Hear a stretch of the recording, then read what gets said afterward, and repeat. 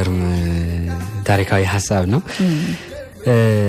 ሌላው ደግሞ የኖህ ሚስት ስሟ አይከል ይባላል። ሜት አይከል የሞቱት ከጎንደር በስተምዕራብ በኩል በምትገኝ ከከተማዋ 37 ሜትር ያህል ርቀት ላይ ባለች ጭልጋ ተብላ በምትጠራ ምድር ላይ ነበር። ጭልጋ ውስጥ ሜት አይከል የተቀበሩበት መቃብር እንደሆነ የሚታወቅና ቦታው ላይም ትልቅ ዛፍ በቅሎበት እስከዛሬ ድረስ በሕገ ልቦና የሚያምኑ የቅማንት ብሔረሰቦች ጸሎታቸውን ያደርሱበታል። በዚህ ቦታ የመቃብራቸው ሐውልት የሜት አይከል የመቃብራቸው ሐውልት ዛሬም ድረስ ጭልጋ ወይም አይከል በሚባለው ቦታ ውስጥ ይገኛል ማለት ነው። ይህ እንግዲህ ኖህ ከነቤተሰቦቹ ኢትዮጵያ ውስጥ ስለመኖሩ ቆንጆ ማስረጃ ሆኖ ይገኛል። እንግዲህ የሚገርም ነው። እነዚህ ነገሮች ከየት መጡ ብለህ ስትፈትሽ አንዳንዴ የቦታ ስያሜዎችን እንስሳቱን ቅድም ጠቅሰናል። አዋፍ ነው ኢትዮጵያ ውስጥ ብቻ የሚገኝ አፈር አይነት እንኳን አለ። የሚገርምና እነዚህ ነገሮች ምንጫቸው ከየት ነው ብለህ ስታጠና አንዳንዴ እውነት የማይመስሉ ነገሮች ሁሉ ይገለጡልሃል። ኖህ ላይ ነው ዛሬ የኖህ መርከብ ቀደም ሲል በጎንደር አካባቢ ስለምትገኝ ጭልጋ ወደ ስለምትባል ቦታ ስታነሳ ነበርና የጭልጋ ዋና ከተማ በኖህ ሚስት ስም አይከል ተብሎ እንደተሰየመ ዛሬ ድረስ ይጠራል። በነገራችን ላይ በዚህ ስምና አቶ ዮሐንስ ወልደ ማርያም የዓለም ታሪክ በተሰኘውና በ1936 ዓመተ ምህረት በታተመው መጽሐፋቸው በኢትዮጵያ 25 የካም ልጆች ወይም ደግሞ ነገዶች ተከታትለው መንገሳቸውን ይገልጹና የቅማንት ብሔረሰብ ምንጭም ከካም መውረዱንና ተወራርሶ መቆየቱን ቅማንት የሚለው ቃል መሰረቱና አመጣጡ ህም ወይም ህንት ማለትም አንተ ካም ከሚለው የመጣ እንደሆነ ይገልጻሉ። ይሄ ሁሉ እንግዲህ የኖህ መርከብ ያረፈችው ኢትዮጵያ ነው፣ ኖህና ቤተሰቦቹ የኖሩት ኢትዮጵያ ነው ለሚለው አንዱ ማስረጃ ነው ይሄ። ሌላ ማስረጃም አለ። የዛሬ ማስረጃና የመረጃ ቀን ነው። እንደው ምን እያሰብኩኝ ነበር አንድ አርመናዊ ጋዜጠኛ እዚህ ስቱዲዮ ቢኖር ዛሬ እሱ ሲሞግት እየተሰማኝ ነበር።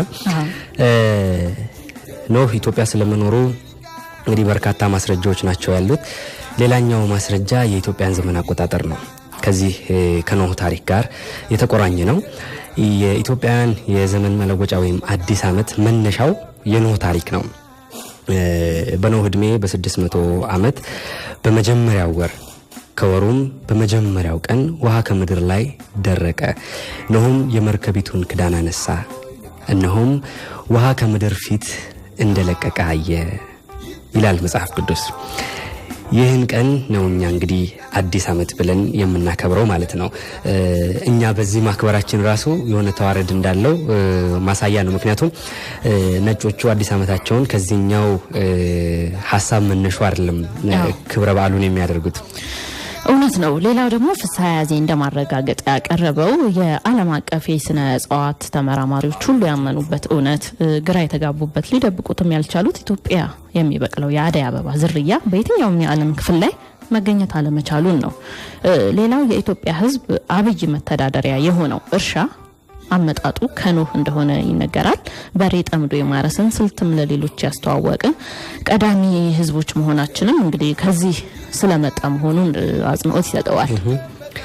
እንግዲህ የኖህ ባለቤት የእሜቴ አይከል የመቃብር ሐውልት በሱባ ቋንቋ ተጽፎ የታሪክ ጥቅል የኖህን ልጅ የካም ባህልን ይዘው በጭልጋ የሚኖሩ ብሔረሰቦች መኖራቸው፣ በታሪከ ነገስቱ የነገደ ካም ዘሮች መገኘታቸው፣ እንዲሁም በአፍሪካ ምድር ተስፋፍተው ዛሬ ድረስ እየኖሩ ያሉ ህዝቦች የካም ልጆች በሆኑት የኩሽ የካም ልጅ በሆነው ኩሽ ስም መጠራታቸው አንዱ ማሳያ ነው።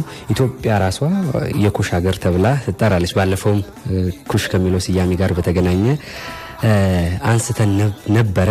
ቅድም ያነሳሻቸው እንስሳቶቹ፣ ግንቦች፣ አዕዋፍ እንዲሁም እጽዋቶች ሁሉም ኖህና ኢትዮጵያ ያላቸውን የታሪክ ቁርኝት ማሳየታቸው የኖህ መርከብ ኢትዮጵያ ነው ያረፈችው ወደሚለው ሐሳብ እንድንጠጋ ጋብዘናል።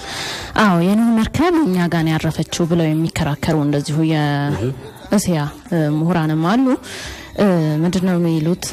በእኛ በኩል ያሉት እነሱ ኖሯቸው እኛ ጋር የሌለ ምንም ነገር የለም። እኛ ሳይኖረን ደግሞ እነሱ ያላቸው ደግሞ ምንም ነገር ደግሞ የለም በብዛት ስታየውና የኖህ መርከብ እዚህ ኢትዮጵያ አርፋ ነው እንስሳቱም አዋፋቱም አዝርቱም ሁሉም ነገር ከዚሁ ምንጭ የሆነው በዛ ምክንያት ነው ብለው ይከራከራሉ። ለማንኛውም የኖህ መርከብ ያረፈችው ኢትዮጵያ ነው ሲባል ለትምክህትነትም አይደለም ትልቅም የታሪክ አንድምታ ስላለውም ነው። ቀደም ሲል እንደጠቀስነው በአለም ላይ እንግዲህ ቀዳሚ የታሪክ ሽሚያ የተካሄደበት ታሪክ ነው። ምክንያቱም ስለ ኖህ ታሪክ ስናነሳ ቀደም ሲል እንደተናገርነው ስለ ታሪካችን፣ ባህላችን፣ ቋንቋችን በአጠቃላይ የሰው ልጅ ታሪክ ነው የምናነሳው። ምክንያቱም ባለፈው እንደውም ዳግማዊ አዳም ያሉ ነበር ኖህን በሱ ምክንያት ነው ዳግም የሰው ልጅ በመድር ላይ መብዛት የጀመረውና እኛ ኢትዮጵያውያን የኖህ ልጅ ካም የካም ልጅ ኩሽ እንደዛ እያለን ተበራክተን አፍሪካን የሞላን ህዝቦች ነን የሚል አንድምታ አለው። ያው ሌሎች የታሪክ ተመራማሪዎች ደግሞ ወደፊት ይሄንን ጉዳይ 4 ነጥብ የሚሰጡት ይመስለናል። አዎ ትክክለኛው የታሪክ ፍቺ ያገኛል ብለን እናስባለን። ለዚህም ነው እንግዲህ ይሄንን ሐሳብ አንስተን እየሰሩበት ያሉ የታሪክ ምሁራን እንዳሉ ቢታወቅም ሌሎችም ትኩረታቸውን ወደዚህ ደግሞ ወሰድ አድርገውት የሆነ ነገር እንዲያበረክቱልን ጋባዥ ፕሮግራም ላይ ጊዜያችንን ብናባክናል ትልቁ ነገር ይበልጣል ከትንንሹ ነገር ትልቁ ነገር ይበልጣል። ትላንታችን ትልቅ ነውና ትላንታችንን ብናይና ብንመነምር ለዛሬም ለነገም እንደዚሁ ይረባናል በሚል ነው። ወዛጋቢ ስለሆነው የኖህ መርከብ ጉዳይ እንደዚሁ ስንዳስስ ነበር። አብረናችሁ ቆይታ ያደረግነው ኃይለ ኢየሱስ ታደሰና ሰብለ ወንጌል ጸጋናን፣ ቴክኒኩን በመቆጣጠር ደግሞ ጌትነት በቀለ አብሮን ነበር። እንግዲህ ቱርኒ ፊልም ኮሌጅና ፕሮዳክሽን ከደቡብ ድምጽ ኤፍኤም 100.9 ጋር በትብብር የሚያቀርበው ቃል የመዝናኛና የመወያ ፕሮግራም ነበር እስካሁን ሲደመጥ የቆየው። ሌላ ደግሞ የረሳሽው ሀገር ቤት የተሰኘ ድራማችን በቅርቡ እንደሚጀምርም ጠቁመናቸው ነበር። አድማጮች በቅርብ ቀን የሚጀምረውን ሀገር ቤት ድራማም እንዲጠብቁ ጋብዘን ነበር። እንግዲህ መውጫችን ነው። ሰዓት የሚኖረን ከሆነ ጌትነት አንድ ሙዚቃ የሚጋብዘን ነው የሚሆነው። ሮብ ዕለት ረፋድ 4 ሰዓት ላይ እንገኛለን። እስከዛው ግን ሰላም፣ ጤና፣ ፍቅር፣ ደስታ ለኢትዮጵያና ለሕዝቦቿ።